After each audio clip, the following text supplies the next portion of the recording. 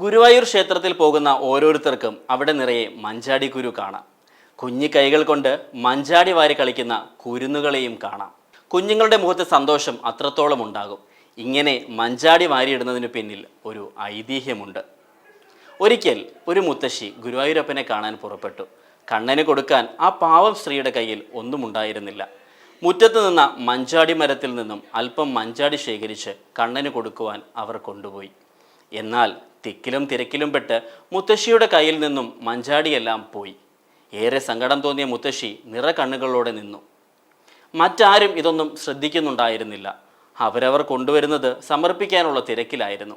ഈ സമയം ശ്രീലകത്ത് നിന്നും പുറത്തിറങ്ങിയ കണ്ണൻ താഴെയിരുന്ന് തൻ്റെ കുഞ്ഞിക്കൈ കൊണ്ട് ഓരോ മഞ്ചാടി മണികളും പെറുക്കിയെടുക്കാൻ തുടങ്ങി.